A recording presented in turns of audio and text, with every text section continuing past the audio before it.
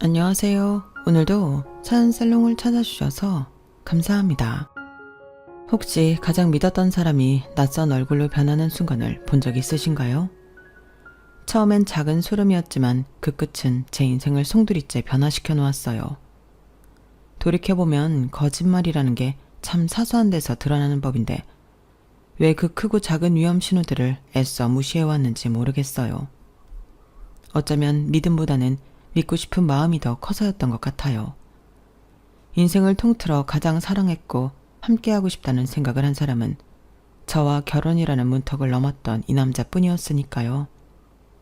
남편과 만나게 된 건 제가 운영하고 있던 꽃집을 한참 플라워 카페로 확장하려고 준비를 하고 있을 때였어요. 부모님의 건물 1층에서 꽃집을 하고 있었는데 옆 가게가 이전을 하면서 비게 되어 그 공간을 확장하여 카페를 하면 좋겠다는 생각이 들었거든요. 바리스타 자격증은 따놨지만 제대로 카페 일을 해본 적은 없어서 경험이 있는 바리스타를 채용해서 오픈 준비를 시작하면 좋겠다는 생각이 들었어요. 공사가 끝나갈 때쯤 채용 공고를 올렸고 생각보다 빠르게 지원자가 생겼어요. 나이도 저와 얼추 비슷하고 유명 프랜차이즈에서 근무한 경력도 길어서 믿음이 갔어요. 면접 때도 꼼꼼한 스타일인 게 느껴졌고 사진보다 인상이 멀끔하고 스타일이 좋아서 이런 사람이 카페에 있으면 여자 손님들 좀 끌 수 있겠다는 생각이 들더라고요. 그야말로 합격시키지 않을 이유가 없는 사람이었어요. 그래서 바로 채용을 진행했고 같이 카페 오픈을 준비하게 됐어요. 면접 때 제대로 본 게 맞았는지 성실하고 꼼꼼해서 일하는 스타일이 잘 맞더라고요. 저보다 나이는 3살 어렸지만 부드럽고 유쾌한 성격에 금방 친해졌어요. 커피 쪽은 현우 씨가 맡아서 해주면 좋겠어요. 제조는 같이 할 거지만 메뉴 픽스랑 신메뉴 개발 다 전반적으로 믿고 맡길게요. 맡겨만 주세요. 대형 프랜차이즈에서도 일 많이 해봤고 개인 카페 오픈 멤버로도 일해본 적 있어요. 자신 있게 말한 것처럼 정말 여자들이 좋아할 만한 감성으로 메뉴판을 뽑더군요. 제가 생각했던 느낌의 그 사람의 아이디어까지 얹으니 제법 트렌디하면서도 편안한 느낌의 카페가 완성이 됐어요. 카페는 오픈하자마자 여자 손님들로 가득 차더군요. 아무리 직원이 멀끔하다지만 어디서 입소문이라도 듣고 온 것처럼 손님들이 밖에 줄까지 서길래 뭔가 이상하다는 생각이 들었어요. 현우 씨, 왜 이렇게 사람들이 많이 왔지? 따로 광고를 많이 돌린 것도 아닌데? 그게 제가 광고를 좀 했거든요. 현우 씨가 무슨 광고를 했길래? 따로 돈 들여서 광고를 한 거야? 그건 아니고요. 사실은 제가 커피 관련 프로그램에 출연한 적이 있거든요. 그래서 저를 아시는 분들이 좀 계세요. 알고 보니 방송 출연 경력이 있어 커피 매니아들 사이에서는 어느 정도 인지도와 팬까지 가지고 있는 사람이더라고요. 아니, 그걸 왜 이제 말했어? 나는 이렇게 유명한 사람인 줄도 모르고. 그럼 사장님이 저 불편해하시고 안 뽑을까봐 그랬죠. 전 여기서 꼭 사장님이랑 일하고 싶었거든요. 제 눈을 똑바로 보면서 그렇게 말을 하는데 저도 사람이라 그런지 갑자기 그런 말을 하니 너무 당황스럽더라고요. 이렇게 경력을 차곡차곡 잘 쌓던 사람이 굳이 커피 쪽에 문이 아닌 저랑 일하고 싶었던 이유가 궁금했지만 분위기가 이상해질까 차마 묻지 못하고 지나갔어요. 그때부터 묘하게 그 사람이 신경 쓰이기 시작했어요. 커피도 맛있고 손님들에게 워낙 친절하게 하다 보니 카페는 금방 입소문이 나 장사가 잘 되더군요. 그렇게 바로 옆에서 일하는 모습을 지켜보면서 저도 모르는 사이에 그 사람이 좋아졌어요. 일 때문에 하루 종일 붙어 있어서 그런지 정이 더 빨리 붙는 것 같더라고요. 처음엔 둘이서 운영하는 카페인데 둘이 만나면 헤어졌을 때를 감당할 수 없을 것 같다는 생각에 좋아하는 마음을 접어보려고 노력도 많이 했어요. 하지만 불행인지 다행인지 현우 씨도 저와 마음이 같았고 제 적극적으로 해오는 대시를 당해낼 재간이 없더군요. 그러다 결국엔 서로 마음을 확인하는 계기가 생겨 만나보기로 했죠. 연애가 영업에 방해로 작용될까봐 늘 조심했지만 생각보다 성격이 잘 맞아서 불화가 거의 없는 커플이 됐어요. 눈치가 워낙 빠른 사람이라 그런지 싸울 뻔하다가도 제 감정이 올라가려 하면 센스 있게 바로 사과하면서 제 비위를 살살 맞춰주니 크게 화낼 일이 없더라고요. 사귀는 내내 저에게 언성을 높이는 일이 단 한 번도 없었고 늘 예쁜 말로 격려해주며 안정적인 연인이 되어주니 어느 순간부터 의지를 많이 하게 되더라고요. 그렇게 2년쯤 사귀고 나니 마침 저도 결혼할 나이가 되었고 둘 사이에 결혼 이야기가 나오기 시작했어요. 솔직히 말하면 나랑 결혼 생각이 있다면 빨리 했으면 좋겠어. 연애도 좋지만 지금 우리가 일도 같이 하고 있잖아. 결혼을 하면 더 안정적이게 될 것 같아. 결혼 이야기를 먼저 꺼낸 건 남편이었어요. 앞으로의 미래에 대해 이야기하다가 자연스럽게 나왔는데 왠지 모르게 서운하더라고요. 그렇긴 하지. 근데 그런 이유 말고 나랑 결혼하고 싶진 않아? 응? 당연히 결혼하고 싶지. 당신은 무슨 당연한 소리를 물어. 내가 결혼 얘기를 괜히 꺼냈겠어? 살짝 당황하면서 허둥지둥 대는데 당시엔 저도 살짝 서운한 마음에 그냥 해본 소리라 별로 이상하게 생각하진 않았어요. 그런데 지금 생각하면 그런 사소한 반응들도 다 이유가 있던 거였더라고요. 그날 대화를 계기로 본격적으로 남편과 저는 결혼 준비를 시작했어요. 남편이 먼저 저희 집에 인사를 왔어요. 서글서글한 인상이 싹싹하게 구는 남편을 보고 부모님은 참 마음에 들어 하셨죠. 너보다 나이가 어리다기에 걱정을 했는데 전혀 걱정 안 해도 될 만큼 센스도 있고 듬직한 성격이구나. 엄마는 안심이 된다. 그런데 딱 한 가지 남편이 마음에 걸리는 행동을 했어요. 식사가 끝나고 갑자기 저에게 이렇게 묻더라고요. 그런데 부모님 댁 너무 좋다. 독립하기 전까진 당신도 여기서 같이 산 거야? 그렇지. 카페 시작하면서 독립했으니까. 3년 전까지는 나도 여기서 같이 살았어. 그래? 그럼 나 당신이 쓰던 방이랑 집 구경 좀 하고 싶어. 구경 좀 시켜주면 안 될까? 그래, 궁금하겠네. 네가 집 소개 좀 시켜주렴. 부모님께서 선뜻 다녀오라는 듯 순짓하셔서 얼떨결에 남편을 데리고 친정집 구경을 시켜주게 됐어요. 뭔가 기분이 묘해서 좀 소극적으로 방들을 보여주고 있었는데 남편이 적극적으로 방에 들어가 하나하나 샅샅이 뜯어보더라고요. 와, 이게 당신이 쓰던 방이야? 진짜 넓다. 방 한 칸이 뭐가 이렇게 넓어? 집도 넓다고 생각하긴 했는데 방이 크니까 확 체감이 되네. 너무 좋았겠다. 부모님이 큰 방을 주셔서 덕분에 친정에 살 때도 편하게 잘 지냈지. 당신 방이 이 정도면 안방은 어느 정도일지 궁금한데? 어디야? 이쪽 같던데? 아무리 그래도 부모님 방은 보여드리기 좀 그런 것 같아서 주춤하는데 남편이 대충 어디인지 알 것 같다는 표정으로 성큼성큼 걸어서 안방 문을 확 열어 제끼더라고요. 순간 너무 당황해서 얼어있는데 남편이 방 안에 휙 들어가 버려서 황급히 따라 들어갔어요. 와, 여기가 장인 장모님 방이구나. 우리도 이런 집에서 살면 좋을 텐데. 드레스룸도 있고 화장 공간도 따로 있네. 화장실도 있고. 여긴 부모님 방이니까 얼른 나와. 허락도 못 받았는데. 허락? 아까 받았잖아. 집 구경하라고. 안방은 좀 다르잖아. 그래? 안방은 집 아닌가? 안 될 건 또 뭐야? 안방이 제일 좋은 방인데 안방을 봐야 그 집을 전체적으로 보는 거지. 저랑은 아예 사고방식 자체가 다르니 어디서부터 뭐라고 해야 할지 모르겠더군요. 부모님께서도 집 구경을 하라고 하긴 했지만 막상 사야 될 사람이 너무 스스럼없게 안방문을 벌컥 열고 들어가 버리니 내색은 안 했지만 많이 당혹스러우신 눈치였어요. 그래서인지 헤어지기 전 남편이 잠깐 화장실 가느라 자리를 비웠을 때 제게 슬쩍 물어보더군요. 너는 아직 인사를 안 갔다고 했지? 네, 다다음 주쯤 인사드리러 가요. 그래, 상대방 집에 가보는 것도 중요하지. 왜요, 엄마? 뭔가 마음에 걸리세요? 아니야. 다 좋았는데 안방을 저렇게 들어가는 걸 보니 조금 가정교육이 부족한 환경에서 자랐을 수도 있나 싶어서.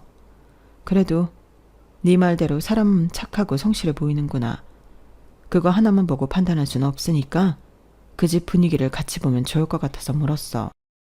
걱정 마세요. 평소에도 부모님 이야기는 많이 했는데 그렇게 이상한 분들은 아닐 거예요. 남편에게 연애하면서 들었던 시댁의 분위기는 서로 한 번도 싸워본 적 없는 집이었어요. 많이 투닥대도 금방 화해하고 다시 화목한 저희 집과는 다르게 성인이 되어서는 한 번도 싸워본 적 없지만 그만큼 친하지 않다는 게 남편의 입장이었죠. 그래도 가족 내 불화가 없었다는 걸 보면 시부모님과 큰 갈등이 생길 일은 별로 없겠구나 싶었어요. 그렇게 시간이 흘러 시댁에 가는 날이 다가왔어요. 집이 생각보다 너무 깨끗하고 인테리어도 잘 되어 있어서 깜짝 놀랐다는 게 시댁의 첫 인상이었죠. 와, 어머님, 아버님, 집이 너무 예뻐요. 감각이 엄청 좋으신 것 같아요. 그래. 이 사람이 인테리어에 관심이 많아서 공을 좀 들여놨지. 예쁘다니 다행이네. 시부모님 되실 분들은 온화해 보이셨지만 말수가 극도로 적으셨어요. 많이 어색한 모양이신지 저 몰래 서로 팔을 툭툭 밀며 말 좀 해보라는 제스처를 하실 정도였어요. 어쩔 수 없이 제가 나서서 이야기를 주도하게 됐어요. 아무래도 친밀해지려면 이런저런 것들을 많이 알면 좋으니 이것저것 질문을 하게 되더라고요. 이 사람 어릴 때는 어땠어요? 어렸을 때 얘기 물어보면 그냥 평범했다고만 하고 이야기를 하도 안 해줘서 늘 궁금했거든요. 어릴 때? 사실 현우는 어릴 때 특별할 건 정말 없었는데 그냥 순하고 얌전했지. 그랬지. 말도 잘 듣고 속 썩이는 일 같은 건 없었어. 성실했고. 그래요? 정말 당신 말이 맞네. 뭔가 재미있는 이야기가 있을 줄 알았는데 반항도 한 번 안 했어요? 현우는 사춘기도 없었어. 키우기 편했지. 그랬구나. 두 분도 한 번도 싸운 적 없으셨다고 들었어요. 저희도 앞으로 부부 생활 하게 되면 어머님, 아버님처럼 안 싸우고 싶은데 어떻게 하면 그럴 수 있을까요? 그렇게 물으니 갑자기 두 분께서 시선을 주고받으며 당황하시는 눈치더라고요. 그 반응에 처음에는 제가 좀 무례한 걸 여쭤봤나 싶은 생각이 들더라고요. 괜한 질문을 한 것 같아 이 분위기를 어떻게 바꿔야 하나 고민하고 있는데 두 분께서 겨우 입을 여시더라고요. 그냥 서로 비슷한 성향이라서 안 싸운 거라. 둘이 성향이 잘 맞는 거면 별로 안 싸울 거야. 그 대답을 듣는데 순간 이런 대답을 하는데 그렇게 오래 걸리고 당황스러울 일인가 싶은 생각에 살짝 스쳤어요. 그래도 사람마다 느끼는 게 다르긴 하니 그럴 수 있다 싶었죠. 그런데 이 이후로 대화를 이끌려고 했던 질문들의 대답이 다 이런 식이었어요. 뭔가 구체적으로 일화를 들은 건 없고 두루뭉술하게 겉에서만 빙빙 도는 듯한 느낌이었죠. 제가 어렸을 때 말을 안 들었던 이야기를 저를 키우면서 감동받았던 이야기, 부부 생활에 대한 진지한 조언까지 해주셨던 저희 부모님과는 사뭇 다르더라고요. 가족마다 분위기가 다르기도 하고 남편 말대로라면 싸운 적도 없는 만큼 친밀하지도 않은 집이라고 생각하니 그렇게 이상할 건 아닌가 하고 넘어갔죠.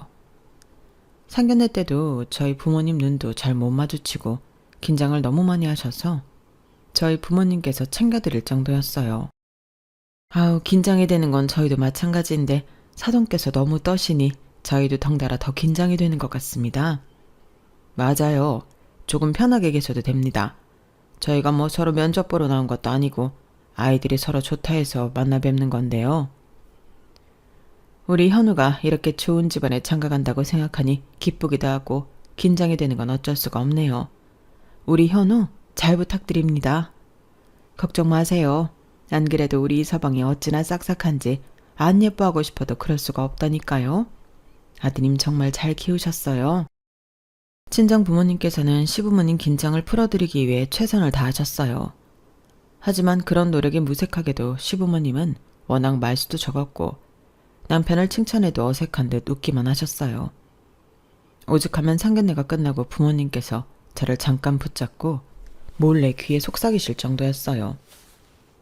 이서방이 부침성이 좋아서 부모님들도 그러실 줄 알았는데 전혀 딴판이네. 뭘 물어봐도 뭐 하나 속 시원하게 대답해주는 일이 없고 네가 인사드리러 갔을 때도 그랬니? 낯을 좀 많이 가리신다고 하더라고요. 남편도 어릴 때 그랬는데 크면서 많이 고쳤다고 하더라고요. 그래, 뭐 우리야 상견례 때 보고 결혼식 때나 보면 그만이지만 늘 저러시면 네가 조금 힘겨울 수도 있겠다. 이서방이 중간에서 역할을 잘해줘야겠네. 그런 부분이라면 걱정 마세요. 결혼하고 시댁이랑 소통은 남편 쪽이 완전히 책임지기로 했어요. 그렇게 안심시켜드렸지만 그래도 친정 부모님께서는 걱정스러운 눈길을 지우지 못하시더라고요. 좋은 집안이라며 안심하는 눈치는 아니셨지만 그렇다고 딱히 시댁 쪽에서 결혼을 엎을 만한 행동을 한 것도 아니라서 그냥 넘어가시는 눈치였어요. 시부모님의 소극적인 태도는 결혼 후에도 마찬가지였어요. 여보, 그런데 어머님 아버님 생신은 언제셔? 나도 미리 알아둬야 준비하니까. 아, 생신? 그건 신경 안 써도 돼. 어? 그게 무슨 말이야? 신경 안 써도 된다니. 우리 가족은 서로 생일 같은 거 안 챙기는 분위기라. 당신도 알잖아. 우리 집은 분위기 달라도 한참 다른 거. 그렇긴 한데 아무리 그래도 결혼했는데 생신을 안 챙겨드리는 건 좀 그렇지 않아? 괜찮다니까. 오히려 안 챙겨드리다 챙겨드리면 그게 더 이상해. 우리 집은 그런 거 안 챙기면 서운해하실 텐데.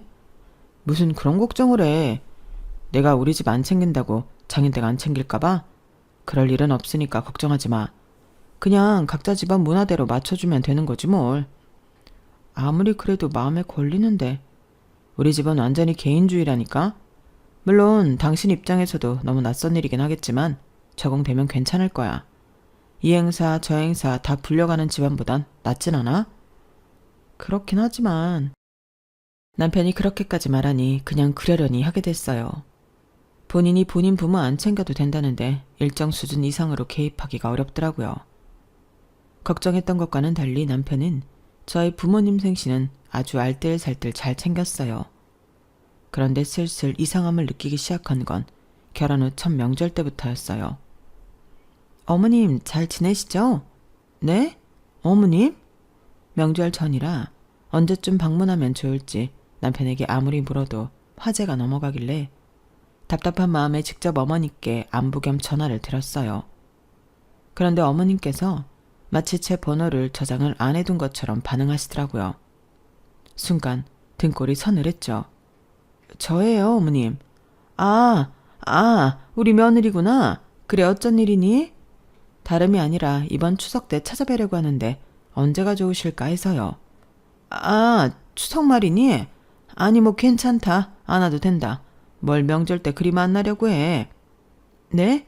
명절인데 그래도 찾아뵙고 인사도 드려야죠. 괜찮다니까. 요새 며느리들 그렇게 옛날처럼 명절 챙기고 시부모 챙기는 분위기도 아니고. 연휴 긴데 둘이 푹 좀 쉬거라. 우리는 명절 때 모이고 그런 가족 아니니까 편하게 생각해. 가끔 이렇게 안부 전화나 주고받으면 됐지. 처음엔 이게 쿨한 건지 관심이 없는 건지 헷갈리더라고요. 뭔가 찜찜한 마음에 친구들에게 고민 상담을 하니 주변 친구들은 한결같이 부러워하는 반응뿐이었어요. 요즘 진짜 세상 많이 바뀌긴 했다. 명절 때 둘이 쉬라고 하는 부모라니. 그냥 즐겨. 나중에 어차피 시부모님 편찮아지시거나 하면 이렇게 자유롭게 보내지도 못한다. 어차피 남편은 너희 부모님한테 할 도리 다 한다면서 시부모가 직접 오지 말라는데 굳이 우겨서 갈 필요는 없잖아. 그렇긴 하지. 그런데 가족마다 이렇게까지 분위기가 다를 수가 있나? 우리 집도 남편네 식구들에 비하면 좀 개인주의라서 남편이 이해 못하긴 하더라. 나도 시댁 보면 엄청 가정적이라서 신기할 때 많아. 니네 부부도 좀 극단적이긴 해도 네가 편한 쪽이니까 그냥 좋게 생각해. 자주 봐서 사사건건 부딪히는 것보단 무소식이 희소식이다 하는 쪽이 낫지. 친구들의 부러움 담긴 조언에 이것 또한 마음 한켠에는 걸리지만 그러려니 지나갈 수 있었어요. 이것도 처음 몇 번이나 마음에 걸렸지 결혼 2년째 되던 해부터는 나름대로 적응이 되더라고요. 시댁을 안 가고 남편과 친정하고만 교류하니 그냥 연애할 때랑 거의 비슷한 느낌이었어요. 남편과 함께 일어나서 함께 출근한다는 점 빼고는요. 그날도 매일처럼 함께 일어나 가게 오픈 준비를 하고 모닝커피를 찾는 손님들을 응대하고 있을 때였어요. 한쪽에서 커피를 열심히 만들고 있던 남편을 본 건물 2층 키즈카페 사장님이 갑자기 남편을 보고는 반가운 눈을 하더라고요. 아우, 애아빠 여기서 일하는구나. 몰랐네. 진작에 말을 하지. 네? 그게 무슨 말씀이신지. 이? 왜 모른 척을 해? 요즘 안 보인다 했더니 왜 지훈이 안 데리고 와? 같이 놀던 애들이 엄청 찾는데? 여기서 일하면 애 맡겨놓고 일하기 딱이겠구만. 그게 제 아들이 아니라서요. 아무튼 사람 잘못 본 것 같습니다. 지금은 바쁘니까 나중에 이야기하시죠. 그래, 고생해요. 그 이야기를 듣는데 등에서 식은땀이 나더라고요. 주문이고 나발이고 너무 황당하고 손이 떨려서 남편에게 갖다 줬어요. 저게 지금 무슨 소리야? 아니 진짜 저 사장님 참 사람 모해하기 좋게 말씀하시네. 사촌 누나 아들을 가끔 사촌 누나 일하러 나갈 때 대신 맡겨주고 데리러 왔었는데 그걸 보고 내가 애 아빠라고 착각을 한 모양이야. 정말이야? 그 말 믿어도 돼? 당신 무슨 의심병이라도 있어? 그럼 내가 숨겨놓은 애라도 있다는 거야 지금? 그렇게 드라마 같은 일이 일어날 확률이 얼마나 된다고 그런 의심을 해. 그런데 왜 당신을 애 아빠라고 착각해? 조카면 애가 아빠라고 부르진 않았을 거 아니야. 그냥 사장님 멋대로 날 애 아빠라고 생각하길래 정정하기 귀찮아서 내버려 뒀더니 그대로 착각하신 거야. 사촌 누나가 이혼을 해서 남편이 없거든. 친하게 지내는 애들도 다 있는 곳에서 애 아빠 없다고 광고해서 괜한 상처 줄 일 있어? 그래서 그냥 애 아빠인 척 다녔어. 그래? 정말 그런 거지? 그렇다니까. 애 데려다 주러 다니다가 여기 카페 공고 모집도 본 거고 그렇게 당신 만나게 된 거야. 남편 말을 들으니 일리가 있게 느껴졌어요. 공고 모집을 올리자마자 지원서가 올라온 것도 신기하다고 생각했거든요. 알겠어. 하긴 그렇게까지 당신이 누굴 속일 사람도 못 되고. 그래. 그리고 나 아이 싫어해. 별로 낳고 싶은 생각도 없어. 그런데 이야기가 다른 데로 튀었어요. 남편 입에서 연애 때는 전혀 몰랐던 사실이 튀어나왔던 거죠. 뭐라고? 애 가질 생각이 없다고? 물론 당신이랑 상의해볼 문제긴 하지만 나 혼자 어떻게 생각하냐고 물어보면 별로 생각 없다는 뜻이었어. 근데 당신도 어차피 카페 일 때문에 바쁘니까 일 쉴 생각은 없지 않아?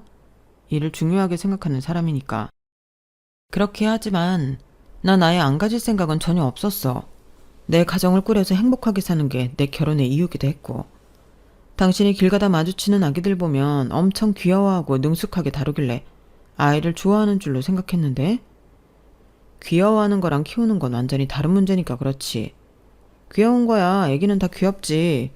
애기 낳는 건 좋은데 그럼 당신 커리어도 끊기고 우리 수입도 반으로 줄어들 텐데 그럼 지금처럼 경제적으로 여유 있게 데이트도 못할 거고. 그래도 난 당신이 그렇게 생각하는 줄은 전혀 몰랐어.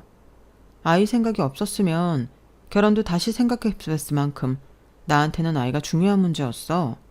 당연히 당신이 아기를 좋아한다 생각해서 굳이 이런 대화를 해볼 필요도 못 느끼고 있었어. 그런 생각이었으면 진작에 말을 해줬어야지. 난 당신이 이를 중요시 여기는 사람이니까 당연히 아이 생각은 없을 줄 알았는데 그래도 당신이 결혼을 다시 생각해볼 정도로 그렇게 아이가 중요한 거라면 낳아야지. 절대 안 된다는 뜻은 아니었어. 그래도 적어도 우리 신혼은 충분히 즐기고 가지면 좋을 것 같은데 그건 어떻게 생각해? 지금 벌써 결혼한 지 2년이 넘었는데 나름대로 신혼생활은 충분히 즐긴 거 아니야? 나는 적어도 3년쯤은 즐겼으면 해서. 아이 낳으면 지금처럼 좋은 식당에 가거나 여행을 가지도 못하니까. 둘이서만 할 수 있는 걸 좀 더 하고 아이를 가져야 당신도 후회가 없지 않을까? 아이를 갖는 데 있어 후회라는 감정이 왜 들어가는지조차 이해가 안 갔지만 남편과 남편 가족의 성향을 생각해 봤을 때 그렇게 생각할 수도 있겠다. 애써 이해해 보려고 노력했어요. 그날 남편과의 긴 대화 끝에 남편의 의견을 존중해 결혼 3주년쯤부터 아이를 갖기 위한 준비를 시작하기로 했어요. 그 남은 기간 동안에도 남편과 저는 생각이 다르다는 걸 확 느꼈어요.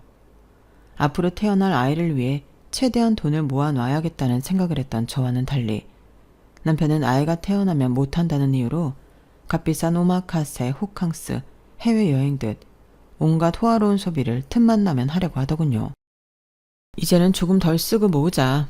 아이 태어나면 전부 돈인데 아이 이름으로 적금도 모아둬야 하고. 그건 아이 태어나고 해도 되잖아. 꼭 지금 해야 해? 어차피 그동안 모으던 돈도 있는데 굳이 아이 적금을 더 해? 남편과 이런 쪽으로 부딪힐 때마다 불만스러웠지만 그래도 아이가 태어나면 다 맞춰주겠다고 말하니 더 이상 제 뜻을 주장하기가 어렵더라고요. 어차피 3주년까지 몇 개월 안 남았으니 그냥 좀 더 기다려보는 게 마음이 편하겠다는 생각이 들었죠. 그러던 어느 날이었어요. 남편이 자꾸 제가 자고 있을 때 침실을 나가는 것 같은 기분이 들더라고요. 일이 한참 바쁠 때라 퇴근하고 집에 오면 기절하면서 자는 게 일상이 되었을 때였어요. 그래서 남편이 밤마다 자다 말고 침실 밖으로 나간다는 걸 눈치채는 게 좀 늦었죠. 처음엔 우연인 줄 알았지만 몇 번 반복되고 나니 수상한 기분이 들더라고요. 그래서 남편이 눈치채지 못하게 따라 나가 몰래 통화 내용을 엿들었어요. 이번 달까진 보내줄게. 조금만 기다려. 왜 이렇게 성질이 급해? 남편은 뭔가 숨기려는 듯 조용하게 통화를 하고 있더라고요. 남편이 전화를 끊는 것 같아 방에 다시 들어가려다 마주쳐버렸어요. 그래서 내친김에 물어봤죠. 깼어? 이 시간에 누구랑 통화해? 뭘 보내준다는 거야? 당신 누구한테 돈 빌렸어? 아니, 그 반대야. 예전에 같이 카페 사업하던 친구가 빚이 많아서 돈 좀 빌려달라는데 여유 있을 때 빌려주겠다니까 마음이 급한지 자꾸 보채잖아. 그런 일이 있는데 왜 나한테 말을 안 해? 친구들이랑 돈 거래 안 하기로 약속했잖아. 그렇긴 한데 워낙 친했던 놈이라 내가 힘들어할 때 많이 위로도 해줬던 애라 외면하기 힘들어서 얘한테만 돈 빌려주고 다시는 친구들이랑 돈 거래 안 할게. 그렇게 큰 액수도 아니고 딱 500이면 된대. 알겠어. 우리도 이제 아이 가질 건데 더 힘들지. 그럼 꼭 갚으라고 해. 그렇게 사건은 일단락 되었지만 뭔가 남편이 숨기고 있다는 느낌이 지워지질 않더라고요. 그러다 결혼 기념 3주년이 되기 2주 전 남편이 그러더라고요. 여보, 우리 3주년에는 가게 알바생한테 맡기고 여행 좀 다녀오자. 비행기표랑 호텔, 여행 계획은 내가 전부 짜놨어. 당신을 위해서. 정말? 그렇게까지 안 해도 되는데. 이제 진짜 마지막이잖아. 뭐 여행 가서 아기 생기면 허니문 베이비 같은 느낌도 나고 더 좋지 않나? 남편이 저를 위해 준비했다며 제주도 여행 계획을 쭉 말해주더군요. 짚라인부터 스쿠버 다이빙, 서핑에 우도 카약까지 완전 액티비티로 가득한 체험이었어요. 이런 거야말로 아기가 지면 임산부모로 절대 할 수 없는 것들이잖아. 생각해보니 우리가 이런 액티비티한 데이트는 많이 안 해봤더라고. 이번 기회에 해보면 좋을 것 같아서. 솔직히 액티비티를 즐기는 편은 아니라 여행 계획을 보기만 해도 지치는 기분이 들었지만 늘 남편이 하자는 걸 반쯤은 거절 않더라. 이번만큼은 남편 말을 따르기로 했어요. 그렇게 도착한 제주도 여행은 막상 첫날은 힘들긴 해도 재밌더라고요. 첫날은 짚라인을 탔는데 꽤 짜릿하더라고요. 나 액티비티가 꽤 잘 맞나? 나쁘지 않네. 그치? 이럴 때 많이 해야 한다니까. 저녁에는 숙소 근처에서 싱싱한 해산물과 술을 한잔하다가 취해서 바다를 걷는데 남편이 자꾸만 바다 쪽으로 저를 끌고 가더라고요. 여보 위험해. 우리 술 마셨잖아. 아이 그래도 이럴 때 아니면 밤바다를 언제 당신이랑 걷겠어?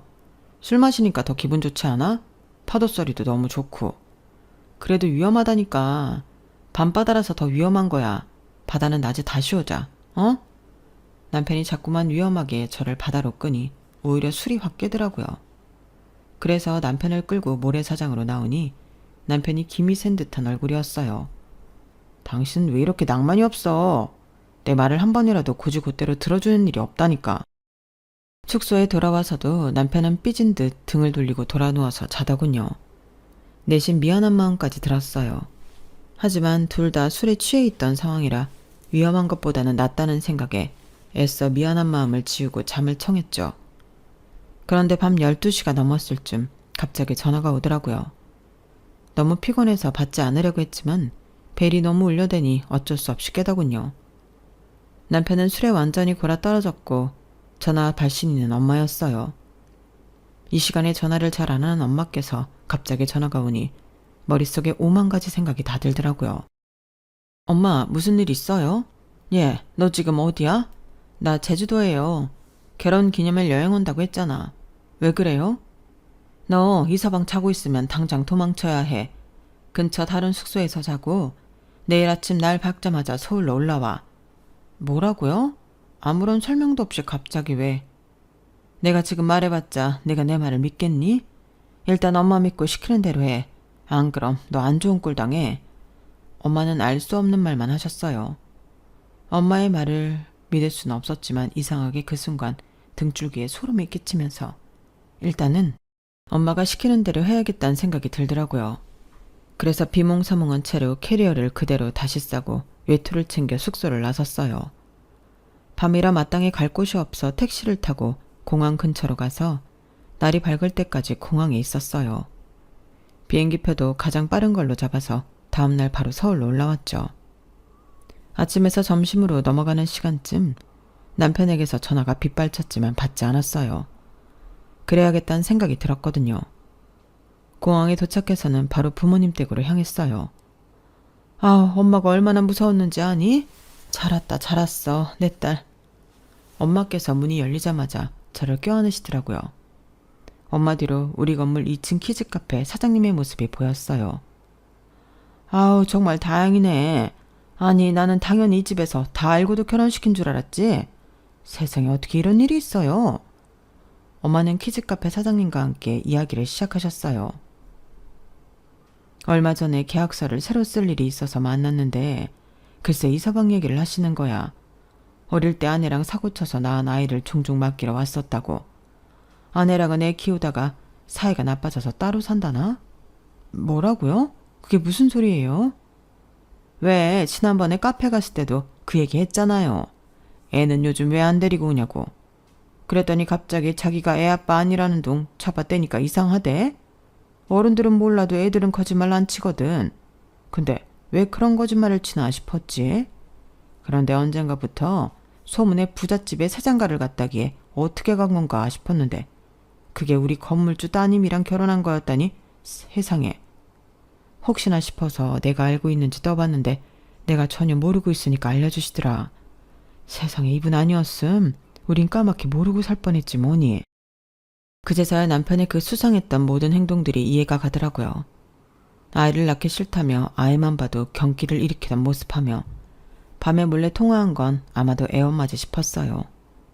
하지만 그것만으로는 도저히 이 현실을 받아들이기가 힘들더라고요. 그런데 결정적인 건 사위분이랑 친하게 지냈던 애아빠 말로는 부잣집에 사장가 간 이유가 애 때문이라고 하더라고. 빚도 너무 많고 애한테 물려줄 재산도 하나 없고 그래서 부잣집으로 간댔나? 그 집은 무슨 죄가 있어서 없던 빚을 갚고 바깥 애한테 재산까지 물려줘야 하나 했지. 내가 이 얘기 듣고 하도 기가 막혀서 이서방 뒷조사 좀 했다. 그런데 정말 그 말이 다 맞더라. 애 엄마도 찾아서 이미 이야기 나눴고 너한테 어떻게 이야기해야 하나 싶었는데 니네 휴가 간 기간 동안 카페에 들렀더니 알바생이 나한테 이걸 주지 뭐니? 엄마가 건네주신 건 제 앞으로 온 서리봉투였어요. 처음엔 별 생각 없었는데 어젯밤에 갑자기 문득 이게 뭔가 궁금하지 뭐니. 뜯어봤더니 세상에 네 이름으로 된 고액 생명보험 서류더라. 수익자는 이서방 단독으로 된 데다 날짜를 보니 효력이 지난주부터라고. 뭐라고요? 그 은큼한 자식이 이걸 집에 숨겨놓으면 들킬 것 같았는지 카페 구석에 숨겨놓은 걸 알바생이 발견해서 준 거야. 네 이름으로 되어 있길래 버리면 안 되겠다 싶어서. 내가 먼저 발견했으니 망정이지. 아휴, 내 팔자야. 조사해보니 시부모라고 나왔던 것들도 진짜 부모가 아닌 것 같아. 애 엄마한테 확인해보니 얼굴을 전혀 모르겠다고 하더라. 자초지종을 다 듣고 나니 정말 두 눈에서 불이 뿜어져 나올 것처럼 열받고 화가 나더라고요. 우선 집에 가자마자 집 비밀번호를 바꿔버렸고 짐을 싸서 친정에 왔어요. 그리고 남편에게 보험 사기, 살인미수, 혼인빙자 사기로 남편을 형사소송 걸었죠. 다행히 그동안 엄마가 모아놓은 증거가 많아 재판에서는 유리하다고 하더군요. 그리고 별도로 가정법원에 혼인 취소 소송도 제기했어요. 남편이 사실혼 관계와 아이라는 엄청난 사실을 숨기고 결혼한 점을 입증하면 혼인 취소가 인정될 가능성이 크다고 하더라고요. 그래서 애엄마와 딜을 했죠. 솔직히 제 입장에선 당신이 남편이랑 처음부터 이 일을 짜고 친 건지 알 길이 없네요. 그런데 그게 아니라면 적극적으로 협조하시죠. 당신까지 공범으로 잡혀가면 아이는 누가 키우겠어요. 애 생각도 하셔야죠. 아이를 들먹이며 협박 아닌 협박을 하자 처음엔 몇 번 버티던 애 엄마도 결국엔 두 손 두 발 다 들더군요. 알겠어요. 증거를 다 넘길 테니까 나한테까지 소송을 제기하지 말아요. 애랑 조용히 살 테니까. 애 엄마는 통화 녹취와 주고받은 문자를 넘겨줬고 이걸 증거로 제출하자 남편은 빼도 박도 못하게 됐죠. 시간은 좀 걸렸지만 남편은 유죄가 확정되었고 위자료의 손해배상 청구도 받아들여져 빚더미에 앉게 됐어요. 여보, 진짜 이건 아니잖아. 우리 참 사이 좋았었는데 이렇게까지 할 필요는 없잖아. 당신 아직도 정신 못 차렸구나. 당신이 하려던 짓은 살인이야. 그건 그냥 충동적으로 했던 말이고 실행에 옮길 생각은 전혀 없었다니까. 차라리 애랑 애 엄마를 버리고 당신이랑 행복하게 살 생각이었다고. 이제 와서 그런 말을 믿으라고? 내가 아직도 그렇게 호구로 보이니? 남편은 업계에서 아름아름 얼굴이 알려졌던 탓에 이 재판이 알려지면서 아는 사람들 사이에서는 소문이 빠르게 번져나갔어요. 카페 사장들이 모여있는 커뮤니티에도 글을 올려 쐐기를 박았고 사람들 사이에서 이미지는 돌이킬 수 없을 정도로 무너졌죠. 나중에 소문을 듣자 하니 애 엄마도 이건 아니다 싶었는지 지혜랑 같이 지방으로 내려가 연락이 끊겨버렸다고 해요. 한때 누구보다도 사랑했던 사람이 그렇게 무너져 내리는 모습을 보는 게 썩 유쾌한 일은 아니더군요. 하지만 그렇게 믿었던 사람이 저를 한낱 돈으로밖에 안 보고 소름 끼치게 이용하려고 했다는 점은 아직까지도 믿기지도 용서할 수도 없는 일이에요. 제 사랑이 거래였고 결혼이 함정이었다는 생각을 하니 모든 일이 종결되고 나서도 자다가도 벌떡 일어나는 일이 잦았어요. 한동안은 자다가 엄마 전화 벨소리가 울리는 듯한 악몽에 시달려 잠도 잘 못 잤지만 혼인 취소 판결까지 내려져 모든 게 법적으로도 없던 일이 된 지금은 마음이 정말 후련하답니다. 처음엔 믿음이 곧 사랑이라고 생각했어요. 하지만 믿음이 배신으로 무너지는 순간 제 안의 두려움과 분노를 처음으로 마주했죠. 나는 그동안 왜 그런 작은 불안들을 이렇게까지 눈감아 왔을까 하는 자책도 정말 많이 했어요. 하지만 시간이 지나니 깨닫게 되더군요. 그건 제 잘못이 아니라 누군가의 욕심과 거짓 때문이었다는 걸요. 그리고 나는 피해자가 아니라 끝까지 내 삶을 지켜낸 사람이었다는 걸요. 앞으로는 더 이상 누군가에게 제 삶을 의지 않고 스스로의 힘으로 살아가려고 해요. 아직 그때 다친 마음의 상처가 다 아물지는 않았지만 언젠가는 같은 상처로 힘들어하는 누군가에게 당신 잘못이 아니다. 당신은 이겨낼 수 있는 강한 사람이다. 라고 말해줄 수 있는 사람이 되고 싶습니다. 제 사연은 여기까지입니다. 들어주셔서 감사하고요. 오늘 더할 나위 없이 행복하세요. 여러분, 사연 댓글에 응원과 현명한 조언 부탁드려요. 좋아요와 구독은 저에게 큰 힘이 됩니다. 오늘도 좋은 일 가득하세요.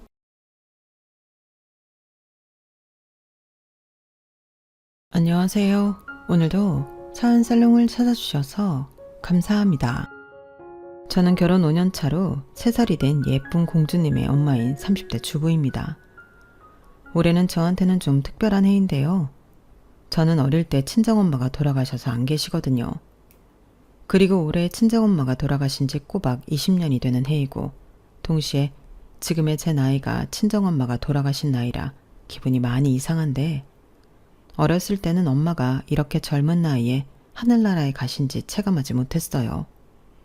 그리고 이제 막 말문이 터져서 조잘조잘 이야기하는 아이를 키우다 보니 저를 두고 차마 눈을 감을 수 없었을 것 같은 엄마의 심정이 와닿았는데 엄마의 부재는 저에겐 항상 상처였고 아픔이었어요.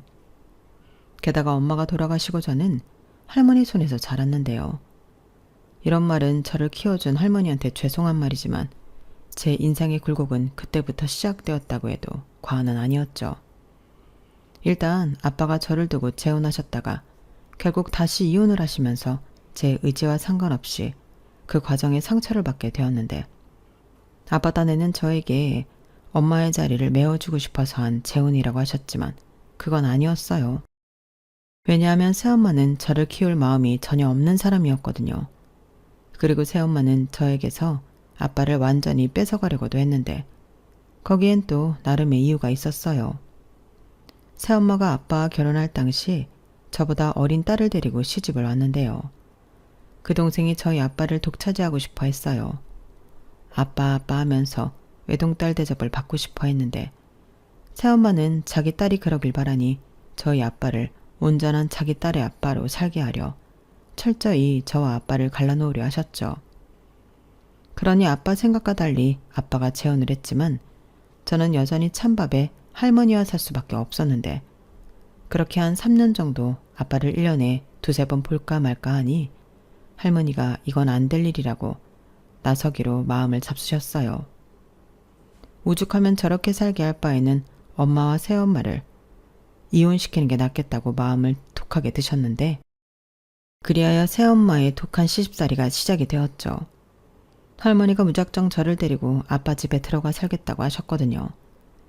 그렇게 새엄마는 졸지에 시어머니와 전처 딸까지 함께 살게 되었고 저희 할머니는 이복 동생이 저희 아빠를 독차지하는 꼴을 또 가만히 보지 않으셨는데 야야 네가 뭔데 거 가서 매달려 있노? 니는 항시 2번째다. 여 언니가 아빠 친딸이니까 1번, 니는 2번. 알았나? 이렇게 새엄마와 이복 동생이 보고 듣는 가운데 대놓고 차별을 했으니 새엄마가 폭발하게 되었어요. 그리하여 아빠를 뒤에서 조종해 할머니와 저를 다시 내보내고 이젠 아예 연을 끊고 살게 하려 이간질을 열심히 했는데 그 수까지 모두 꿰뚫고 있던 할머니는 아빠가 없을 때 온갖 집안일로 새엄마를 가만히 있게 두지 않았어요. 거기에 아빠 돈도 할머니가 직접 관리하고 새엄마에게는 주급으로 생활비를 주신다며 그마저도 가계부를 쓰지 않으면 절대 안 준다고 했는데 그렇게 재정 상태를 쥐고 흔드는 할머니 탓에 새엄마는 아빠에게 이렇게 살 바엔 이혼을 하겠다고 집을 뛰쳐나가면서 아빠의 재혼은 깨지게 되었어요. 처음엔 아빠도 엄마 꼭 이렇게까지 해야 해? 물론 저 사람이 심한 건 나도 인정하는데 그래도 내 아내고 엄마 며느리잖아. 그리고 막말로 없는 것보다는 낫지 않아? 기어코 아들이 이혼당하는 꼴을 봐야 속이 시원하겠어? 라며 새엄마와 이혼을 하지 않으려 했는데 할머니는 네 이혼하라고 이러는 기다 라며 아빠에게 하루라도 빨리 이혼하고 정신 차리라고 하셨어요. 그러면서 또 그럼 니는 클로운 돌이 박힌 돌 빼내려고 철이 약을 쓰는데 아빠라는 니는 니 딸이 저렇게는 괄시 받는 게 괴안나? 나도 내 핏줄이 더 귀하지 너의 핏줄 거두는 거 한 개도 안 반갑다 라며 아빠를 혼내셨는데 그때는 왜 제가 다 눈물이 나던지 저를 생각해주는 사람은 할머니밖에 없는 것 같더라고요. 그래서 속으로는 저런 아빠보다 할머니랑 둘이 사는 게 낫겠다는 생각을 많이 했는데 그때는 몰랐지만 할머니는 건강이 아주 나쁘셨더군요. 어쩌면 그래서 더욱 제 걱정을 한 것 같았는데요. 할머니는 식구들에게 아무 말도 하지 않았지만 신장암을 앓고 있었어요. 가끔 포도당 맞으러 병원에 간다. 서울에 있는 작은 아빠 집에 다녀온다는 게 당신 병 때문이었더라고요.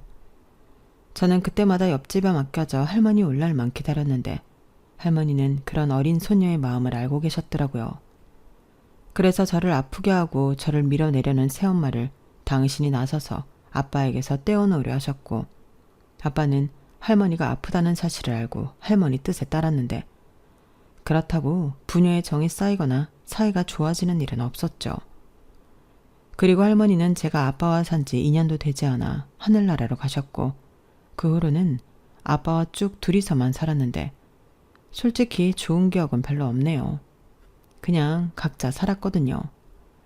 서로에게 큰 관심과 걱정도 없이 그냥 한 집에서만 살았는데 그래서 저는 아빠와 살고 있었지만 할머니가 그리웠고 엄마가 보고 싶었어요. 또 학교에 다니면서 쭉 느꼈던 점이 있었는데 어쩐지 저는 다른 아이들과는 좀 다르다는 생각이 강하게 들더라고요. 왜 엄마 없는 애는 티가 난다고 어른들이 그러시잖아요. 저는 저한테서 그런 티가 난다고 생각했어요.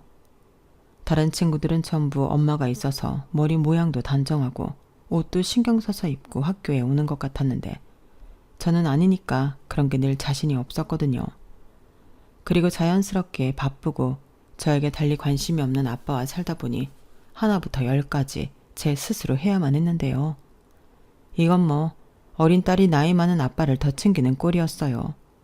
청소도 그렇고 공과금 내고 심지어 슈퍼에서 간단한 식재료를 사다 제가 밥을 하기도 했는데 그렇게 살다 보니 저는 빨리 어른이 되고 싶었어요.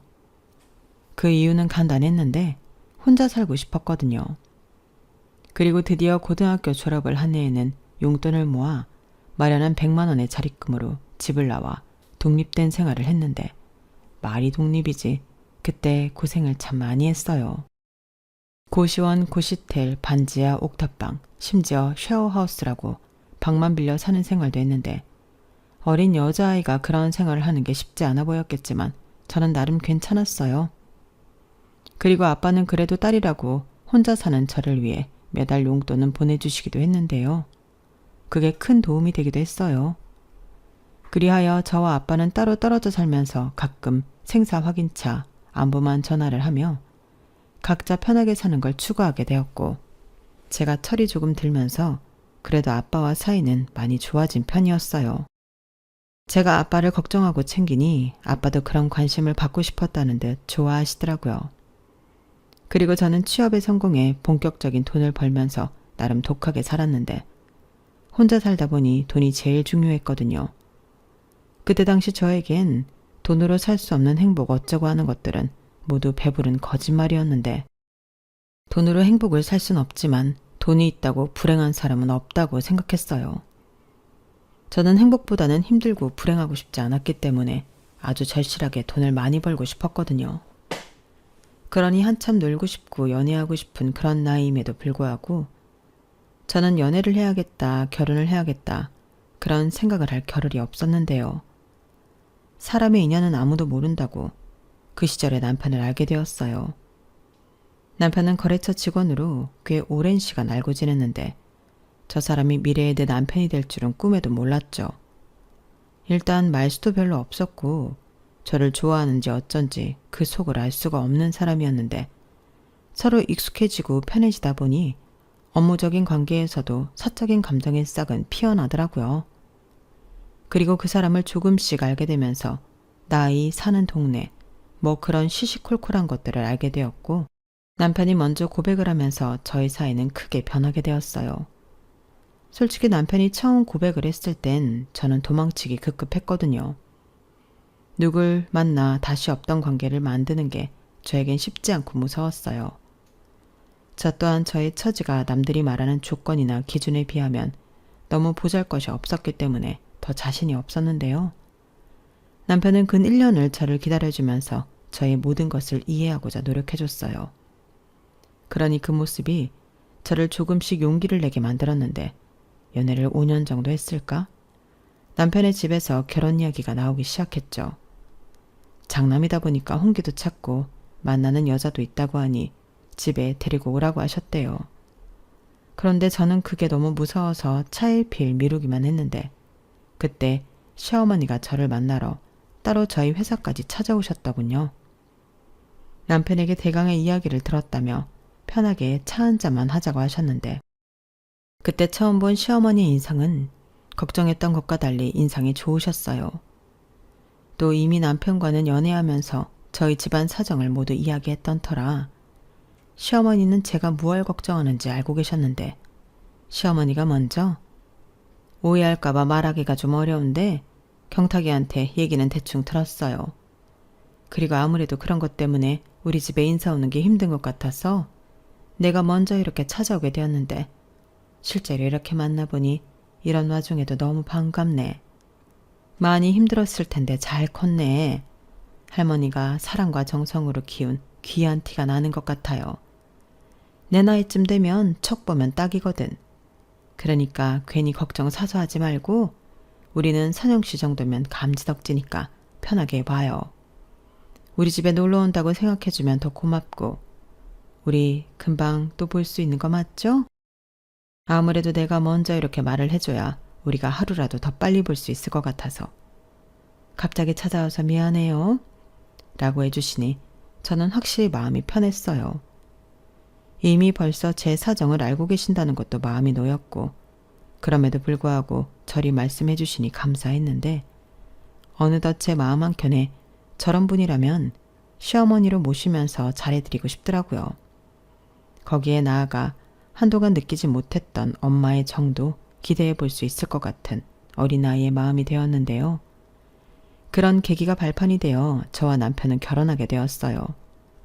둘 다 아주 넉넉하게 신혼생활을 시작한 건 아니었지만 대출 조금 더 끼고 빌라 전세에서 결혼 생활을 시작했는데 제 인생에도 이런 날이 오다니 놀라울 정도로 안락하고 행복하더라고요.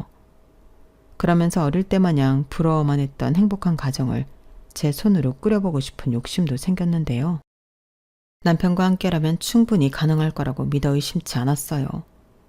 물론 천사 같은 아이가 있는 지금은 이미 그런 꿈을 이룬 것처럼 더할 나위 없이 행복 자체였지만 증알의 생활이 있기까지 저도 나름의 고난과 역경이 있었답니다. 혹시 오해가 있을까봐 미리부터 밝히자면 저희 시부모님은 여전히 저에게 잘해주시고 계세요. 시어머니는 물론이고 시아버님까지도 며느리인 저를 친딸처럼 생각해 주는 감사한 분이라 저는 늘 시댁에 갈 때면 다른 며느리들과 다르게 신나서 남편보다 더 먼저 가 있곤 했는데 주변에서 그러더라고요. 선영 씨는 진짜 복이 많은 사람 같아 라고요. 하지만 그게 전부였다면 제가 여기에 사연을 쓰고 있지는 않았을 것 같은데 저에겐 좀 짜증나고 신경 쓰이는 시댁 식구가 한 명 있어요. 그 사람은 바로 시부모님이 늦게 낳은 늦둥이 딸, 제 손아래 신우인데요. 원래 시어머니 시집살이보다 신우 시집살이가 사람을 더 잡는다고. 저에게 있어 신우는 아무도 몰래 등짝을 후려쳐주고 싶은 왼수예요. 얄밉다는 표현으로는 성에 차지 않을 정도로 사람을 무시하는데 신우 이야기를 시작하면 한도 끝도 없죠. 일단 시부모님이 늦둥이로 낳은 딸이라 정말 오냐오냐 온갖 진상도 사랑으로 받아주셨는데 그렇다 보니 세상 무서운 것도 없고 아래 위도 모르는 싸가지 그 자체였어요.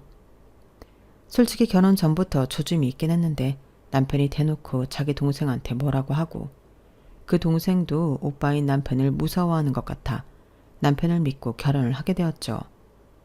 또 신우인데 결혼한다고 해서 뭐 얼마나 보겠나 그런 아니라는 생각도 있었는데요.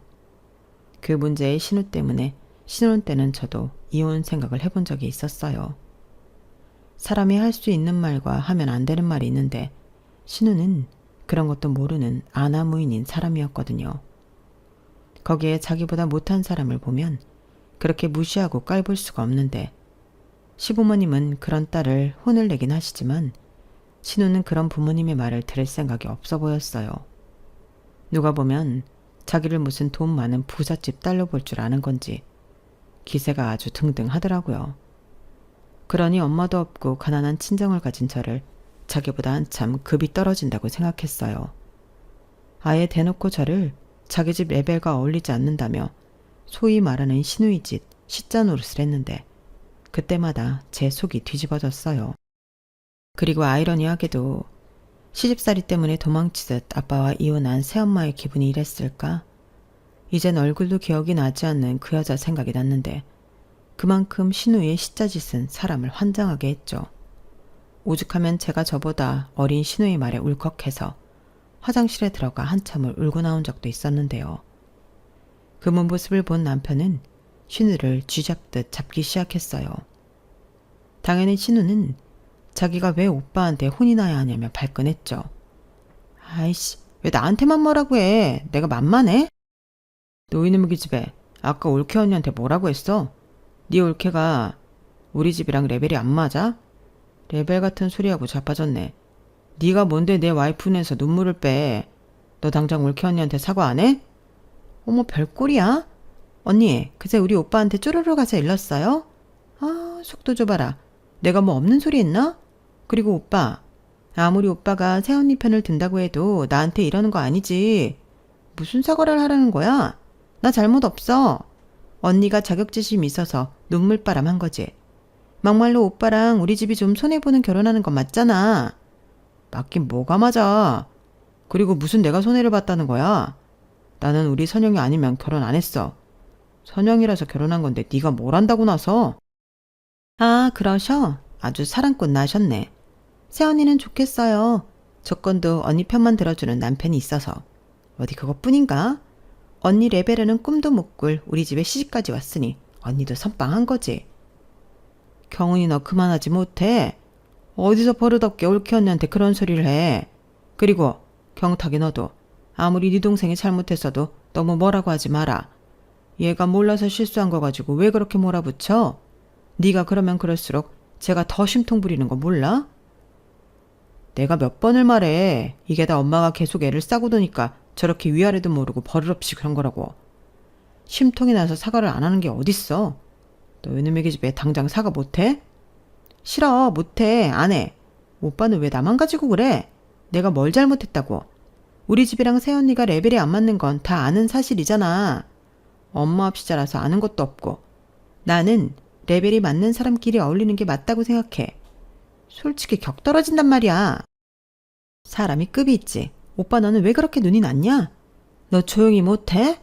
아, 우리 며느리 괜히 시댁 갔다가 별소리를 다 듣네. 내가 대신 사과하마. 우리 애가 철이 없어 저런다. 이해심 넓은 네가 참아.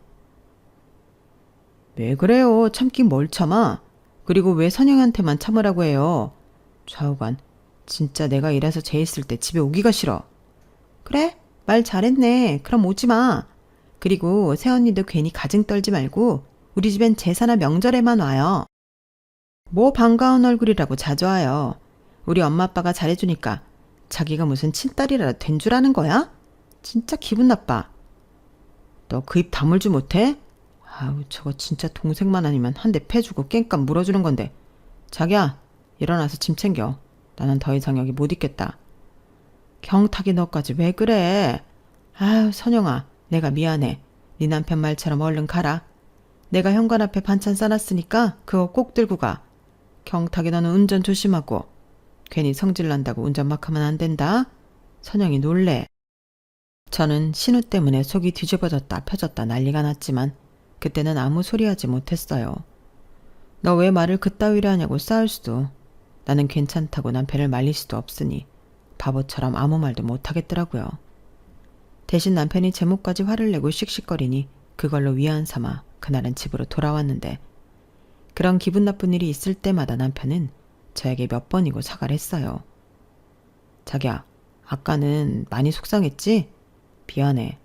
저놈의 기집애 내가 언제고 저놈의 주둥이 홍구멍을 내줄 거야. 엄마 아빠가 너무 오냐오냐 키우고 싸고 도는 바람에 지가 그거 믿고 저렇게 까부는데 언제고 나 아니라도 임자 만나겠지.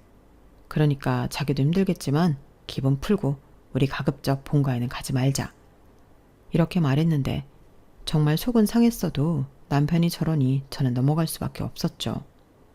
그리고 마음 한편으로는 신우가 하루라도 빨리 시집을 가서 그 밉상 얼굴 보는 날이 없길 바라고 또 바랬는데, 저희 신우는 늘 좋은 조건의 남자만 만나면 결혼할 거라고 떠들고 다녔거든요.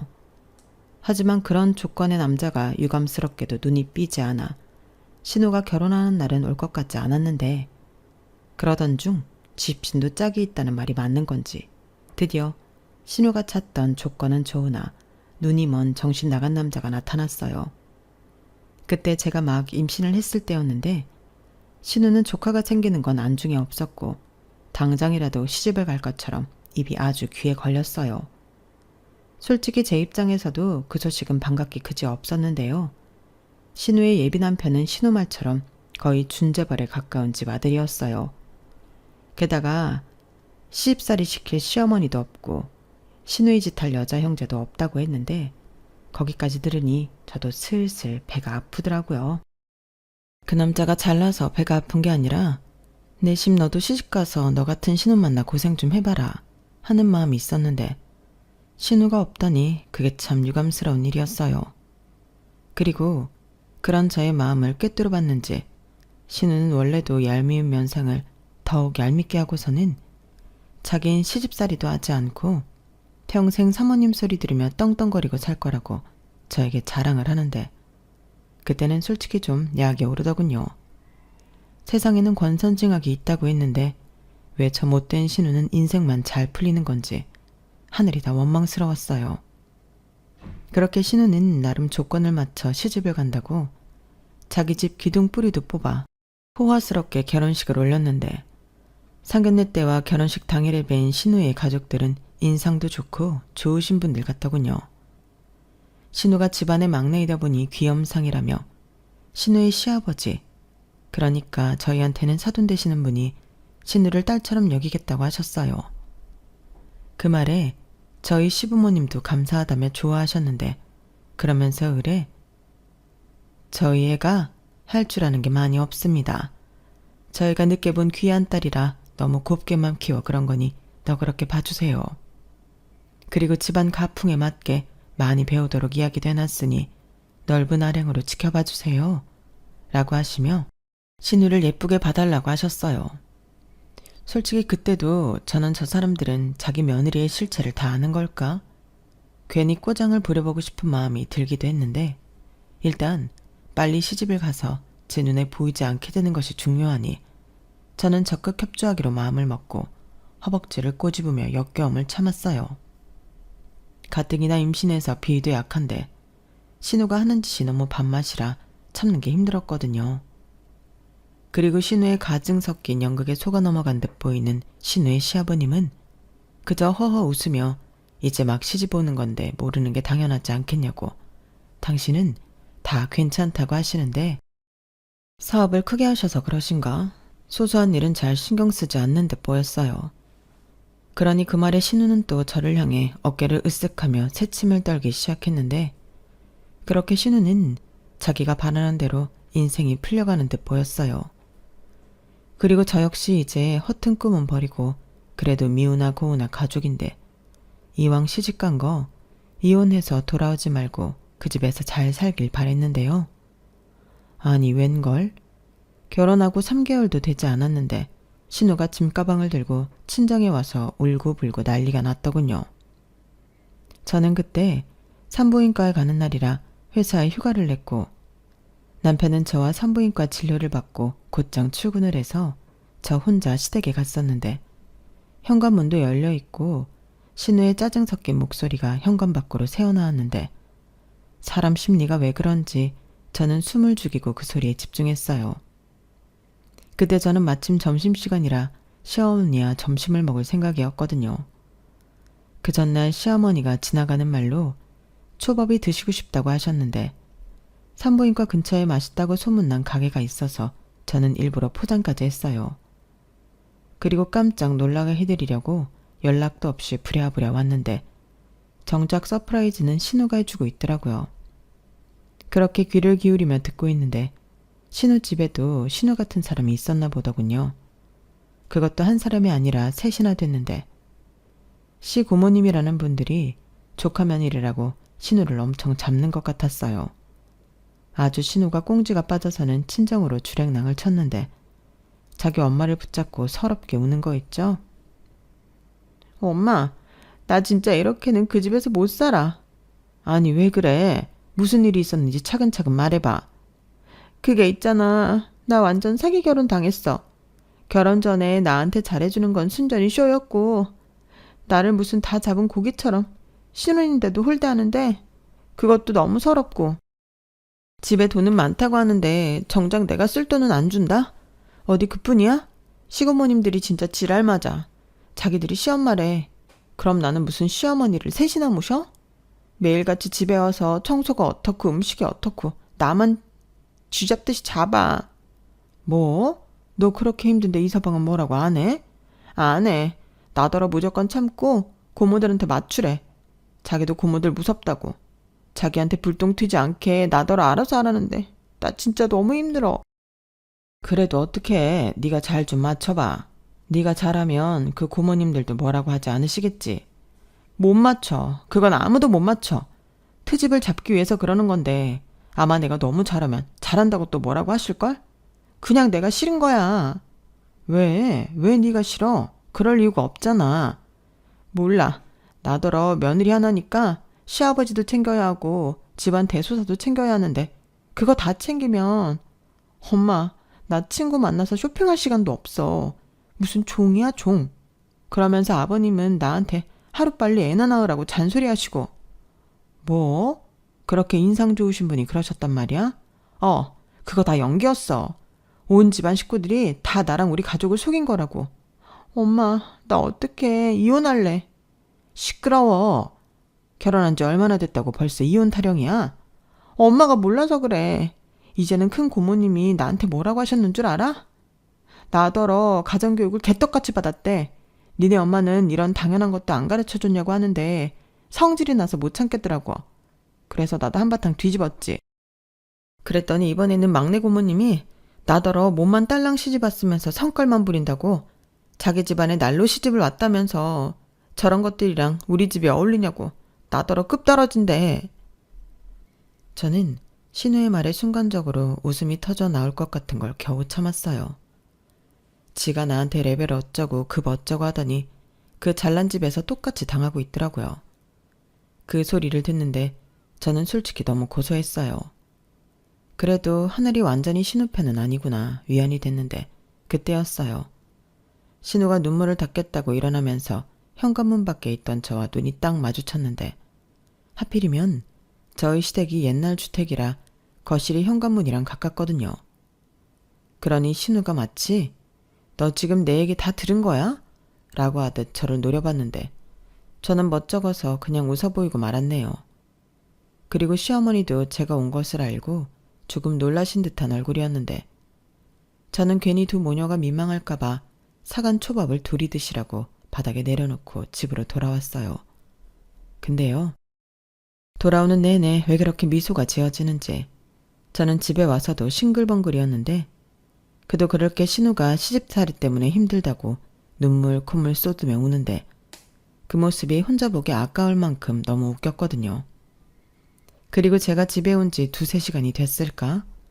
아니나 다를까 신우한테 전화가 걸려왔고 신우는 다짜고짜 저한테 화를 내면서 아까 왜 웃었냐고 따지기 시작했어요.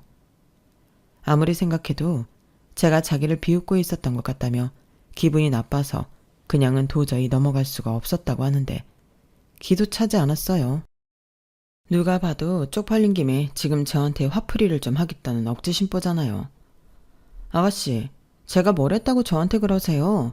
저 비웃지 않았어요. 뭐래, 내가 분명히 다 봤는데 어디서 딴소리예요? 내가 우스워요? 누가 그렇대요? 그리고 지금 저한테 뭐 때문에 이러는 건지 모르겠는데 제가 아가씨보다 서열이 위에요?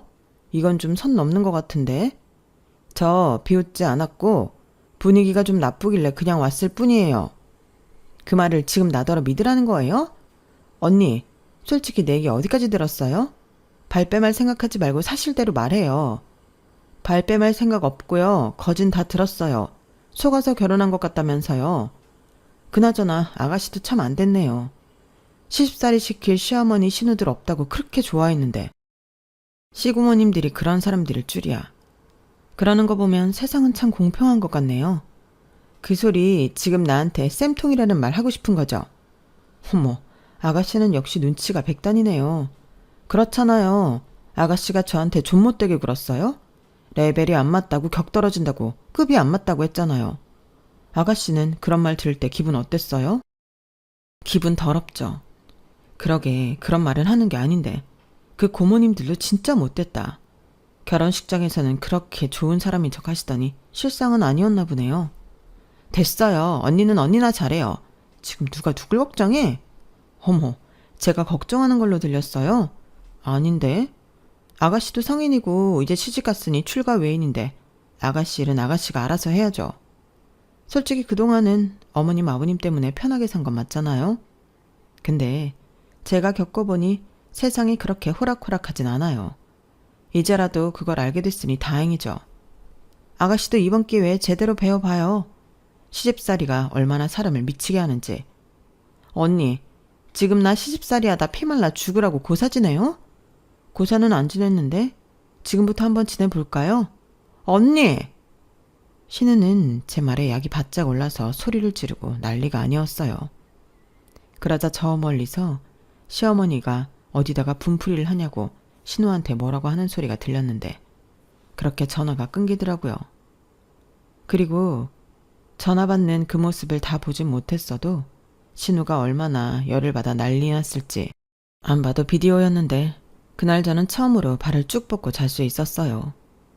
오죽하면 남편이 옆에서 오늘 뭐 나 없을 때 좋은 일이라도 있었어? 라고 하는데 저는 아니라고 별일 없었고 병원 가서 애기 초음파 보고 와서 기분이 좋다고만 말했는데 아무리 남편이 자나깨나 제 남편이라고 해도 시집간 동생이 시집살이 때문에 힘들다고 하는데 저처럼 기분이 좋겠어요? 그래서 저는 신우가 나중에 얘기하면 그거야 어쩔 수 없지만 제 입으로 신우가 힘들다는 말은 해주고 싶지 않더라고요. 그리고 그날의 분위기로 봐서는 신우가 금방이라도 이혼하고 돌아올 것만 같았는데 다행이라고 해야 하나? 꾸역꾸역 이혼은 하지 않고 살았고 나중에 시어머니한테 듣기로 신우가 이혼 얘기를 꺼냈다고 본전도 못 찾고 더한 시집살이를 한다고 들었어요. 그 말을 하시는 시어머니 표정은 당연히 좋지 않았는데 그 집 시아버님이 그러셨대요. 자기 집안에 이혼은 없다며 시집 온 이상 죽기 전에는 이 집을 나갈 수 없다나요? 그 말이 너무 공포스러웠다며 또 전화로 울고불고한 모양이었는데 심지어 친정에 전화를 너무 자주 한다고 핸드폰도 큰 시고모한테 뺏겼대요. 거기에 정말로 이혼을 한다고 고집을 부리면 막강한 변호사 군단을 만들어 신우는 물론이고 신우의 친정도 막대한 배상을 하게 만들 거라고 협박을 한 것 같았는데 돈 많은 집이라고 좋아하더니 그 돈이 무섭긴 하더라고요. 그럼 밖에 나가 일이라도 하면 숨통이 좀 트일 텐데 그 돈 많은 집안이 며느리가 일할 필요도 없을 뿐더러 신우 역시 그런 와중에도 일할 마음은 또 없다 보니 적극적이지 않았는데 그럼 뭐 어째요? 그냥 살 수밖에요. 그래서 신우의 시집살이는 언제 끝날지 아무도 모르게 되었는데 그 탓에 시부모님 마음은 늘 불편하고 걱정이 많으셨어요. 당연하죠. 당신들은 그저 바람 불면 날아갈까 꼭지면 터질까 금이야 오기야 키운 딸이니까요. 그런데 옆에서 이 모든 사실을 알게 된 남편이 시부모님에게 이렇게 말했는데요. 엄마 아빠가 못 가르친 거 그 집에 가서 배우는 거니까 너무 속상해하지 마. 지도 적응하고 살려면 배워야지. 저 말을 듣는데 제 남편이지만 어쩜 그렇게 제가 하고 싶은 말을 탁 꼬집어 하는지 그날따라 남편이 더 멋져 보이는 거 있죠. 그리고 제가 출산을 임박해 회사를 그만두게 되었을 때도 남편은 그런 제 의사를 기분 좋게 존중해 주었는데요. 요즘 남자들 여자가 맞벌이하지 않으면 싫어한다고 해서 걱정을 많이 했거든요. 사실 저는 제가 엄마 없이 자란 아픔 때문에 우리 애는 엄마인 제 손으로 키우고 싶다는 생각을 오래전부터 하고 있었어요. 그래서 그런 제 마음을 조심스럽게 회사를 그만두기 전에 남편에게 이야기를 했는데요. 남편은 전혀 싫지 않다는 듯 맞아. 애는 엄마 손에 자라야 정서적으로도 좋지. 나는 자기만 좋다고 하면 대찬성이야. 그나저나 우리 애는 참 좋겠다. 선영이가 엄마라서. 라고 오히려 제 선택을 지지해 주던 사람이었어요. 그때 얼마나 남편한테 고마웠는지 신우 말처럼 제가 남편 복은 정말 많더라고요. 그리하여 저는 전화도 잘하지 못하는 신우 덕에 시집살이에서 해방되어 시댁도 마음껏 다니고 덩달아 친정 아빠도 좀 챙기면서 출산을 준비할 수 있었는데 그런 편안한 마음으로 아이를 낳아 그런지 저희 딸은 어린 신생아일 때부터 순하고 잘 웃는 아이였어요. 조리원에서도 무슨 이런 인형 같은 얘기가 있냐고 간호사 선생님들이 모두 예뻐하셨는데 그렇게 태생부터 사랑을 듬뿍 받더니 자타공인 사랑둥이가 되었어요. 그리고 집안에 아이가 태어나니 그 분위기가 확 바뀌었는데 생기와 사랑이 넘치게 되더라고요. 거기에 당신 딸에게는 그렇게 무뚝뚝할 수가 없더니 친정아빠는 요즘 제가 보내준 외손녀 사진과 동영상 보는 재미에 시간 가는 줄 모르신다며 저한테 오늘은 사진이나 동영상 없냐? 라고 연락도 자주 하시고 선물도 어찌나 자주 보내시던지 우리 아빠가 원래 저런 사람이었나? 딸인 저도 놀라는 일이 많았어요. 거기에 질세라 시댁에서도 첫손녀 사랑이 장난이 아니신데 이게 다 저희 딸이 태어나고 일어난 일이었어요. 오죽하면 저희 시부모님은 주말이면 제발 좀 애 좀 집에다 놓고 가라고 시아버님이 저희 부부만 돌려보내는 날도 많았는데 덕분에 처음 하는 육아지만 저는 전혀 힘들지 않았어요. 아마도 저희 애는 무난하고 성격 좋은 자기 아빠를 빼다 박은 것 같았는데 고모를 닮지 않고 아빠를 닮아 얼마나 다행인지요. 원래 임신하고 미워하는 사람을 애가 닮는다고 해서 제가 걱정이 많았거든요. 그런데 다행히 그런 거 없이 저희 애는 엄마 반 아빠 반 공평하게 닮아 태어났고 성격은 아빠를 닮아 저는 너무나도 행복합니다. 애를 낳으면 자기 생활이 사라지고 그렇게 우울할 수가 없다고 하는데 저는 전혀 아니에요. 아이가 주는 기쁨이 너무 크거든요. 그래서인지 요즘은 신우도 저를 부러워하며 아이를 가지려 노력한다는 말을 들었는데요. 글쎄요. 신우가 원해서 임신을 준비하는 건지 시집살이에서 벗어나려 임신을 하고 싶은 건지 솔직히 모르지만 부디 신우의 바람대로 신우 똑 닮은 애를 낳았으면 좋겠습니다. 왜 엄마들이 너 닮은 딸 낳아보라고 하잖아요. 저희 시어머니는 착하신 분이라 그런 말을 절대 하지 않으실 뿐이지만 저는 꼭 그렇게 되길 바라고 있어요. 인생에는 총량이 있다고 하던데 신우도 그동안 편하게 멋모르고 산 시간만큼 고생이라는 걸 해봐야죠. 그래야 자기 애한테는 오냐오냐 하지 않고 되도하는 걸 가르치지 않겠어요? 거기에 살짝 제 사심을 넣어보자면 애를 낳으면 그만큼 친정에 올 수 있는 시간이 없어질 테니 보기 싫은 얼굴 더 자주 안 볼 수 있고 너무 좋을 것 같더라고요. 그래서 요즘은 제가 화이팅 하라고 임신에 좋은 영양제도 보내주고 정보 공유도 해주고 있는데 사람이 좀 변하긴 하는 건지 웬일로 고맙다고 메시지를 보내더라고요. 그런 거 보면 아무리 개망난이라도 희망은 있는 것 같은데 또 안 와요. 시간이 많이 지나고 원수 같았지만 신우랑도 잘 지내는 날이 제 인생에도 올죠. 뭐 별로 기대는 되지 않지만 앞으로 신우랑 또 레벨 어쩌고 급 어쩌고 그런 소리 때문에 다투는 날은 없었으면 좋겠어요. 그리고 요즘 저는 또 새로운 재미에 빠졌는데 아이 키우면서 집에서 할 수 있는 일이 뭐가 있을까 그런 고민을 많이 했거든요. 아무래도 아이가 요즘은 어린이집에 가기도 하고 그 시간에 파트타임이라고 하려 해도 시간이 애매해서 이것저것 고민을 해봤었는데 제가 사진 찍고 글 쓰는 걸 좋아하다 보니 육아 일기를 쓰던 걸 아이 용품을 공구하고 팔기 시작했어요. 그런데 같이 아이 키우는 엄마다 보니 믿고 쓴다며 매출이 좀 나더라고요. 그래서 욕심을 조금씩 더 내다 보니 이젠 사무실도 없고 직원까지 있는 나름 사업가이자 CEO가 되었는데 그래도 저는 어디 나가면 전업주부라고 저를 소개해요. 쑥스러운 것도 있고 제가 주부라서 이런 것들을 더 꼼꼼히 체크할 수 있다는 자부심이 있어서 그러는 건데 나중에 저희 아이가 많이 커서 엄마 손이 많이 필요 없게 된다면 그때는 집중적으로 사업에 제 전력을 다할 생각입니다. 일단 저에게 가장 1순위는 저희 가정이고 가족이고 저희 아이거든요. 그래서 요즘은 제가 하고 싶은 걸 마음껏 할 수 있어 매일이 행복하기만 한데 시부모님도 언제든지 도움이 필요하면 말만 하라고 저의 든든한 지원군을 자처하고 계세요. 그리하여 올해는 내 집 마련에 성공해 이사도 앞두고 있는데 새 집에서 우리 가족 더 건강하고 행복하라고 여러분들이 많은 응원해주세요. 그럼 지금까지 제 사연이었고요. 끝까지 제가 사는 이야기 들어주셔서 대단히 감사드립니다. 저희 철없는 신우도 언젠가는 철이 들어 지난 날을 후회하고 반성하는 날이 오겠죠. 꼭 그런 날이 오길 바라며 저는 이만 사연을 마무리하도록 할게요. 항상 건강관리 잘 하시고 오늘 하루도 보람있고 즐거운 날 되시길 바랍니다. 감사합니다. 여러분, 사연 댓글에 응원과 현명한 조언 부탁드려요. 좋아요와 구독은 저에게 큰 힘이 됩니다. 오늘도 좋은 일 가득하세요.